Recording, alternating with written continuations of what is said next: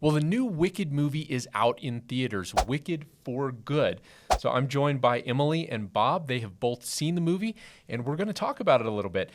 Just FYI, there are going to be some light spoilers, I would say. Oh, come on. Here. We'd never do that. Just We'd little never do that. spoilers, but If you've seen the musical, it's not really a spoiler. Sure, it's but- just if you haven't seen the movie. Right. So light spoilers for the movie ahead, so just be aware of that. Emily, you wrote the review for Wicked for Good, so tell us what you thought. And an excellent review it was. Absolutely. Tell us what you thought. Very musical, very magical, Okay. very memorable. Really? That was my initial impression. All right. So, yeah. All right. Bob, what about you? Okay. And be that succinct. Come on. gonna- Yeah. Give me three. I got to go 3 words.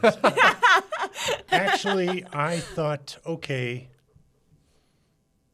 this film is an illustration of why Broadway musicals do not have a year for their intermission.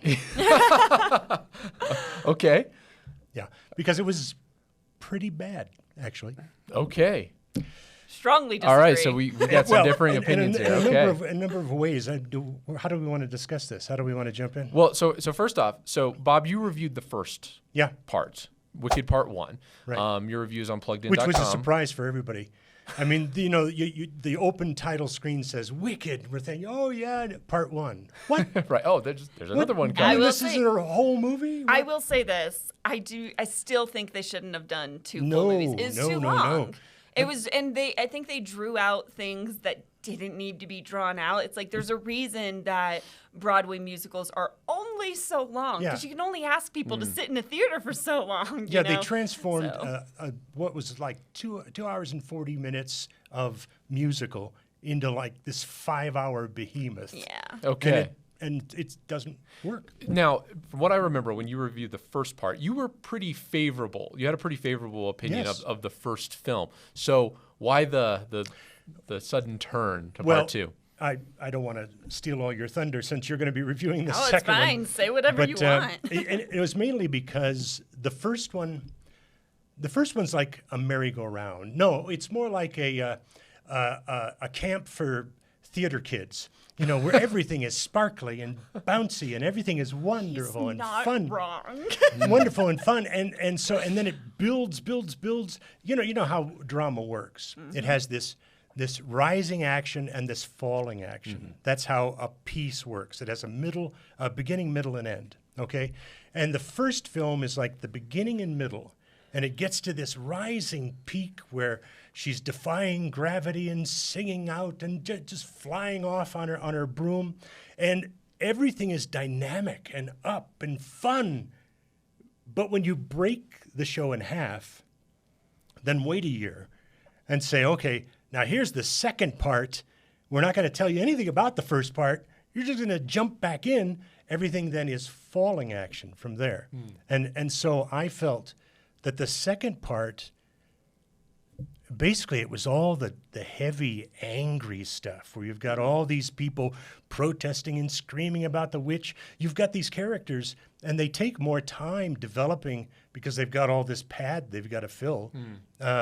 They take more time developing how angry the people like the Tin Woodsman is, how much he wants to kill her, and he's swinging the sword and all that On a stuff. side note, though, like I thought he did a great job of playing that role. Well, but what I'm saying is that the whole thing is angry and dark. Yeah. And Very that's why the film really isn't all that fun.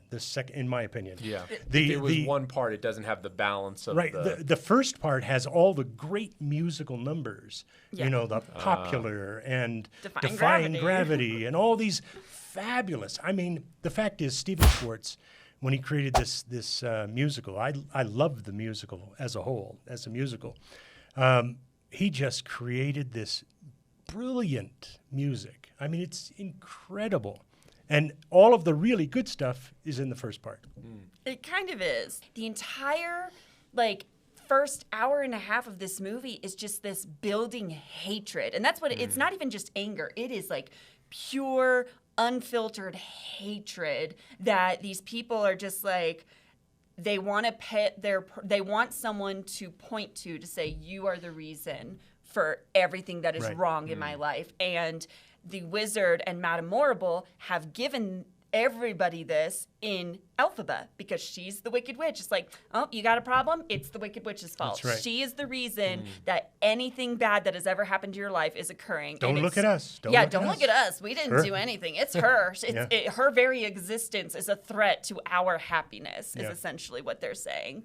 And so, what they're doing is they're trying to build up Glinda as this paragon of goodness. And they're just like, but Glinda is here to fix all of these problems. And she's a figurehead. Like, Glinda's just going along for the ride because they have promised to give Glinda everything she's ever wanted. They're like, we'll give you the man of your dreams. We'll give you all the dresses you want. We'll give you this beautiful castle and all these things that we'll even make it look like you know magic. Yeah, we'll even make it look like you know how to do magic, which is like the deepest desire of her heart is to do magic. But she, sadly for her, has no magical abilities whatsoever, So they're basically like, we're going to make all your dreams come true. And she knows it's wrong. Like, you can tell. There's a whole scene where she's sitting there.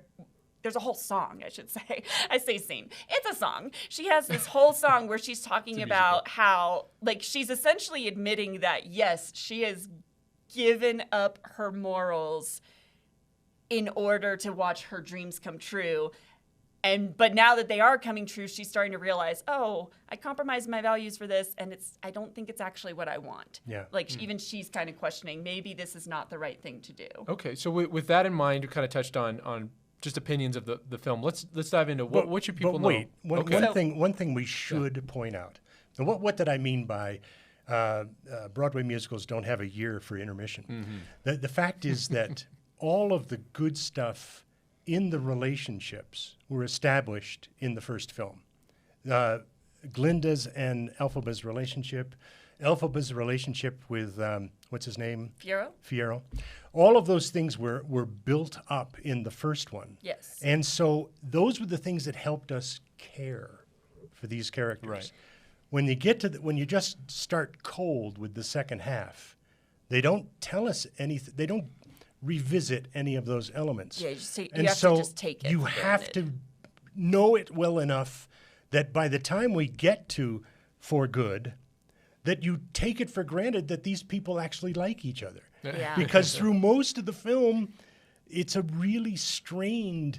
The whole thing. Strained is a good word for it. The whole thing with Fiyero, for example, when he sort of steps away from marrying Glinda.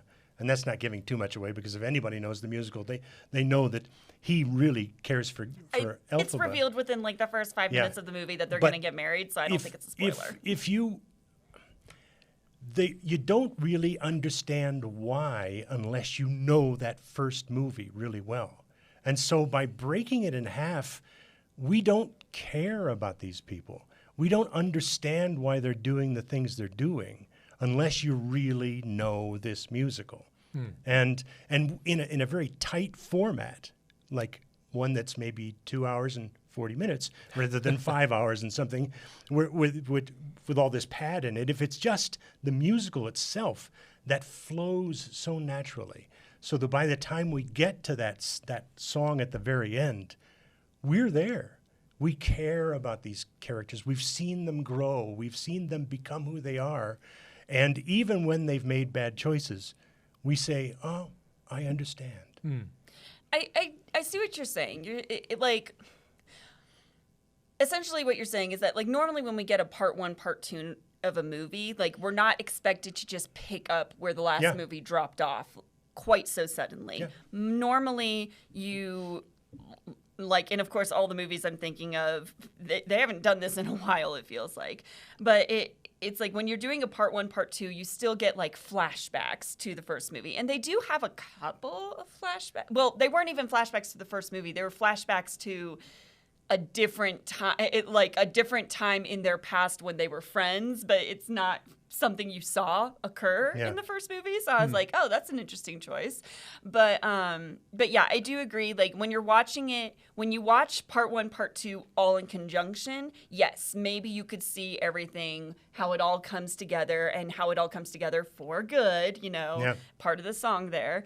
And, but yeah, it's kind of hard if you've waited a full year and you didn't rewatch it immediately before walking in the theater, it is going to be a little less compelling. Yeah, if you saw the other film, at Thanksgiving last year, there's probably going to be things that you don't remember. Time. Yeah, but I mean, fans of this franchise, fans of the musical and the movies, I mean, won't they probably be rewatching the first movie? Whether or not the second part, I get your point, Bob. Whether or not it stands on its own, just as its own movie, won't those be in conjunction? As a standalone movie, no, it doesn't hold up. But if you hold them together, yes, they do hold up. And I'll just say this also: as much, I'm not completely disagreeing with you, but I will play devil's advocate here in that people were walked out of that theater sobbing. Like, just, they were so emotionally moved by the characters, by the story, and like, they literally, when we walked in, they had boxes of tissues and a little sign that said, yes, you will need them, and people were taking them and using them. But again, who else is going to go to these really early screenings? Besides the super fans?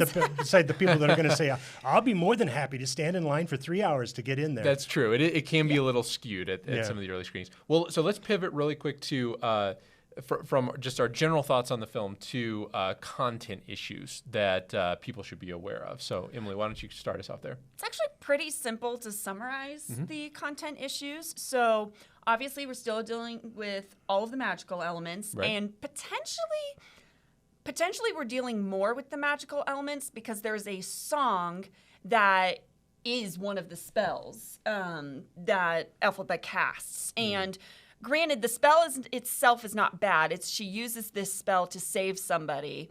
But she says within the song, I don't even know what I'm saying. Like, she doesn't understand the words she's saying.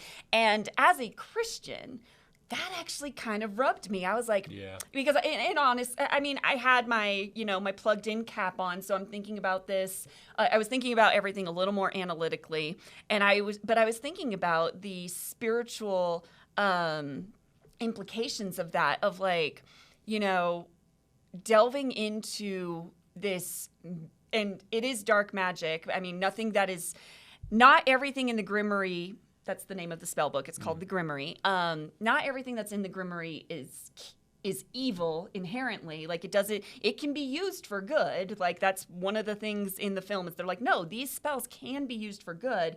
They just haven't been. They've been used for evil mostly up to this point. And so, but also the spells that we see them use tend to be negative. Now, what you said, they tend to have a negative outcome. Yeah, right. You said they were saving somebody's life, but she was saving people's lives by transforming them into something completely different. Exactly. So, like, into a totally different creature. Well, for example, in the first movie, the only spell that she casts in the first movie is to give the monkeys wings. And what ends up happening, it's a painful transformation for the monkeys, and they hate Elphaba as a result, and they have been spying for the wizard. They've been acting as like the wizard's goons throughout most of this movie because they are angry at Elphaba for what she did to them. Granted, a lot of it is a misunderstanding and a lie because Elphaba was tricked into saying that spell. She didn't even know what she was doing. Again, she didn't know what she was dealing with. But so again, I think spiritually, there's just something there where I was like, man, that kind of rubs me the wrong way. That you're trying to do something. In her case, she's trying to do something for good. She uses spells twice in this movie to save somebody's life, but she doesn't know what she's saying, and she does save their life, but as you said, she's transforming them into something else, and not in the case of one of those people, something that person did not want to be. Like, this person becomes so enraged with her for what she turns them into. The other person is totally fine with it, but for totally different reasons, So it's like, And somebody else in the story, I'm trying not to give away too many spoilers. Somebody else in the story also tries to read from the grimoire, but they don't have Elphaba's talent for it. So they say all the words wrong, and they actually almost kill somebody by doing it. So again, just bring it all full circle to what I was saying about the spiritual stuff. It rubbed me the wrong way because I was like, man, like, this is why we're told like not to even we're told not to touch witchcraft with a 10-foot pole, you know, and there's a reason for that. It opens up all of these it doesn't show this in the film because the film is not dealing with like demonic entities or anything, but in the real world, in our world, in reality, I'm just like, man, like, I could totally see how this could lead down some really dark spiritual paths if the hands are not held correctly. You know, so my first big caution is that if your kids are going to be watching this, really just make sure they understand magic as it is in our world. And it's not just this make-believe thing. Like, witchcraft is in the Bible. Like, we've seen it happening. It's not the same as what we're seeing in the movie, but I think your kids do need to have that spiritual understanding of what you're dealing with when it comes to magic. But even if there are parents who say, "Oh, I don't care," and that's fine. And you know, even if there are, they need to know that they're going to be facing a movie that is much darker, is much more angry, is filled with a lot of people literally screaming for someone's death throughout a good portion of the film. And then you also have, there's this one, because there's all this pad they need to fill in this new movie, they also deal with the animal side of things. And it's introduced in the first film that animals lived among the Ozians, the human Ozians, and they could speak, and they were part of the society. And they were sort of pushed out by the wizard and his minions. And so they follow through on that. In fact, there's a whole song that sort of leans in the political side of things, that's a little bit darker. And even the song is talking about fighting for the Oz you want. Are you talking about "There's No Place Like Home"? That song? Yeah. It could have been because of the title, "No Place Like Home." It could have been an uplifting song. But it's a little bit darker. It's a rallying song. Exactly, rallying to fight and to take up weapons against the wizard. So again, the whole feeling of this movie is, and parents need to go in knowing that if you're going to bring any kids, it's darker, it's more angry, it's more about battling and killing and stuff of that nature. And it is just more intense. Like, there's a scene where one of the main characters, he literally gets attacked, like beaten down, and they are going to kill him. Like there is no doubt. And we only see it in flashes because it's, you know, cutting between scenes of that person and another main character. And it's like, but it was kind of intense. It was like, oh, this isn't like, oh, we're just, you know, gonna punish you for your crime, or we're going to arrest you for your crime. No, this was like straight up, we are going to literally tear you limb from limb. And torment you. Basically, they string him up. It's almost like a crucifixion in a way. It felt that way, yes. It felt crucifixion-like, and it was, and that was just weird to me because I was like, man, like it was he's intense. Not a Jesus figure at all. No. But they were stringing him up like a Jesus figure, and I was like, okay, so this is happening, and that felt intense. I was like, man, if I had like one of my nieces or nephews in here, this scene would probably upset them. Like they'd probably close their eyes and be scared. Well, especially if they like the character. Yes. Yeah. So what I'm hearing is a little bit of a different intensity than like water getting thrown on a witch and she melts. Which is She's in there. melting. I'm melting!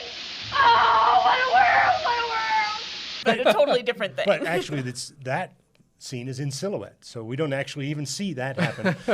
But here, the thing is, it's because this film is 2 hours long, and it's based on maybe 40 minutes of material. So they really have to stretch and take time and show.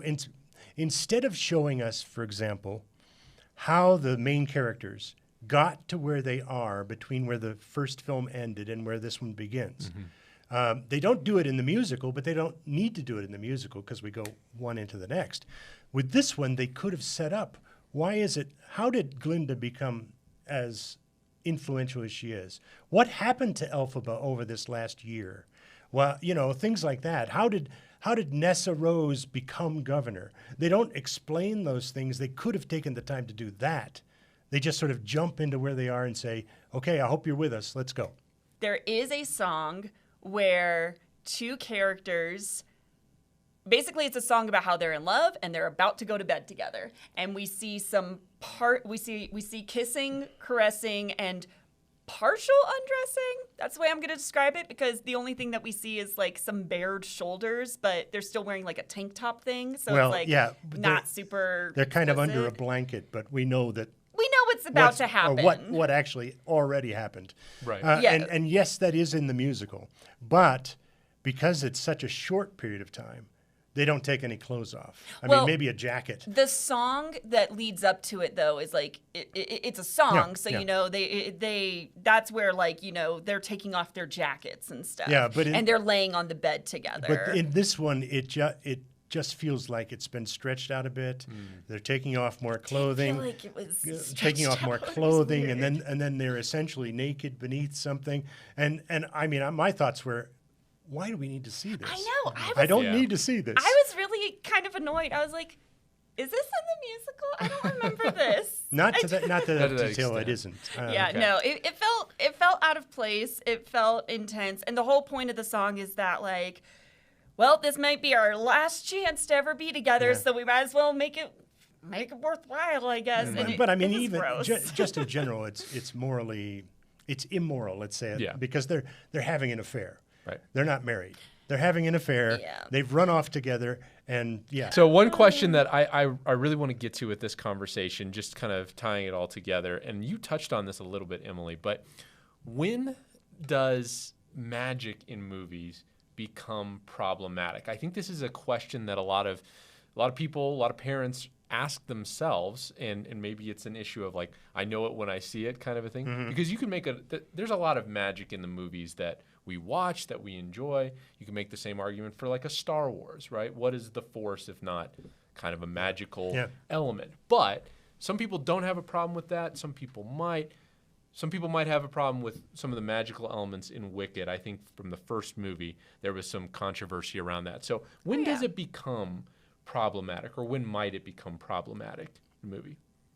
For me, I think it becomes problematic when it crosses the realm from fantasy into reality. If you're just sitting there, watching a movie, enjoying, you're enjoying it, but you are also completely conscious of the fact that this is complete fantasy. I'm not gonna go home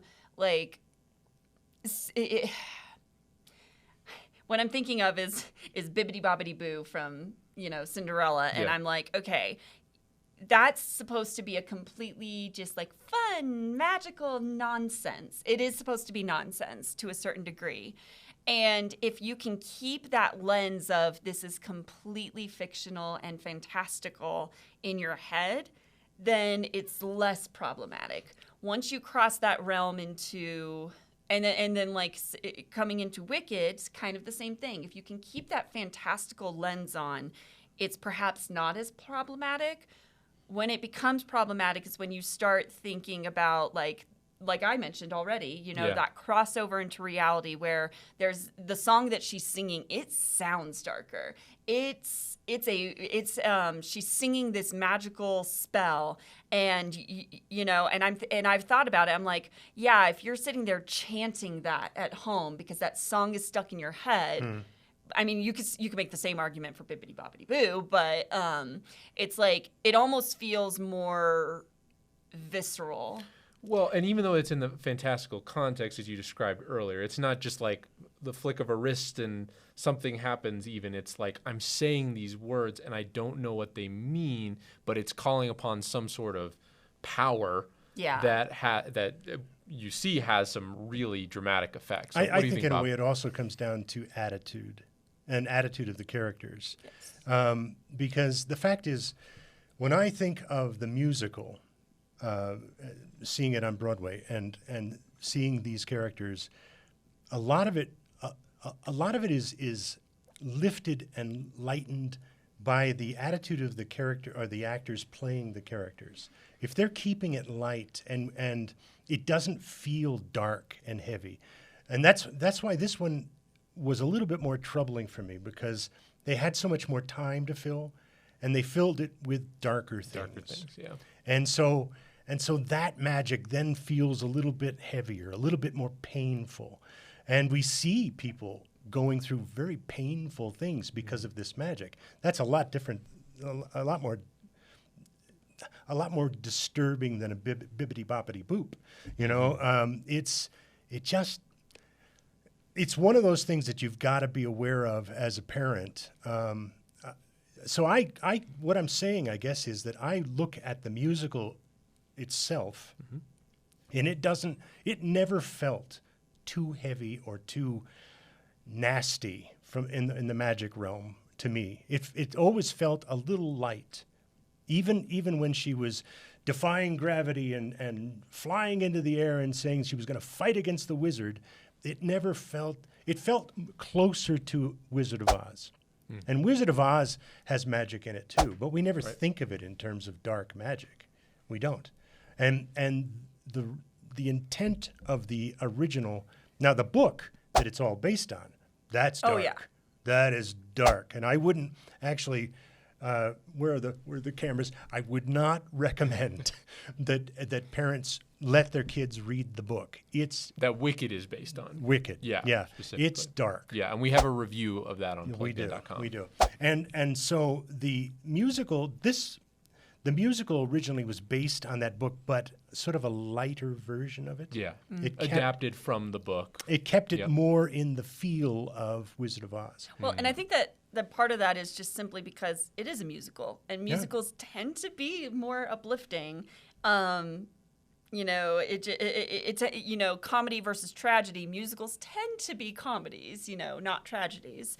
And when you really get down to it and think about what is this musical about, what's it supposed to be about? In my mind, it's always been not so much about the magic, not so much about the politics, although they lean more heavily in both in this film. Agreed. It's really always been about their relationship. The friendship. Between Elphaba and Glinda. It's always been about that. That's why they get down to that last song, For Good. And it's supposed to be this really emotional moment where the two of them put aside all their differences and all the bad things that have happened, and they say, "You've made such a difference in my life, and it's all been for good." Because I knew you, Right. I have been changed for good. Right. And they're like, I don't know if that means I've been changed for the better, but I've been changed. Like, so for good is actually more like, It's a play on it's the word. definitely a play on words there. So it's like, I think the crux of this story has always been about the friendship. You know, they go to Shiz, dear old Shiz, and they hate each other, they loathe each other, and then they realize that they have some things in common, and so they're like, okay, maybe we can make this work. They become best friends. I mean, and this is in the trailer, so I don't feel bad, like, quoting it now, but, you know, Elphaba's like, you're the only friend I've ever had, and Glinda goes, and I've had so many friends. She's like, but you're the only one that ever mattered, you know? So it's very interesting, and like they truly, like, these two women, they love each other. They are just like, I wouldn't describe their friendship as like a sister relationship, and I think I don't describe it that way because Elphaba has her own sister and has issues with that sister. And you have sisters too, so yeah, like there's. I'm not comparing. No, me and my sisters are much. I would compare it to my sister relationship, but I understand that not all families have the same, dynamic. connection and dynamic. So I'm not going to describe it as like a sibling relationship, but it is just a very firm friendship between these two women who, like, would do almost anything to protect each other and to help each other. And and that's what it all comes down to. It comes down to the fact that it's like, you know what, because of circumstances, we are going to have to go our separate ways, but I want you to know that you have impacted my life in a way that my life has changed forever because of you. So thank you for being a part of my life. Thank you for being my friend. And I would suggest that this film doesn't do that side of the story justice. I will say that. I actually kind of agree. I said that people were crying when they left the theater. I was not one of them. Yeah. I wasn't moved enough. I was like, I thought they were going to play up that friendship bit a lot more. Yeah. Like, I wasn't as invested as I wanted to be invested. I just wasn't. I saw a little clip on YouTube. It was really rough video that somebody in the audience had taken of Idina Menzel. That is I know illegal. It was, but I watched it anyway. Idina Menzel and Kristen Chenoweth in one of their last shows together where they sang the For Good. Mm-hmm. It was the most devastatingly emotional song I've ever seen in my life. And comparing that to this film is just doesn't live up to it. It missed the mark. Yeah. Okay. Well, we'll wrap up the conversation there. Thank come you. on, we've got another hour. We probably do, but for the sake of time, we will wrap it up here. For the sake of our viewers. That's right. That's so, right. If you're still out there. That's right. So thank you for watching. Did you see Wicked? What did you think? And what are your thoughts on magic in movies? Do you have a threshold? Do you have any way that you like to judge it? Let us know in the comments below. Like, comment, subscribe, and we'll see you next time.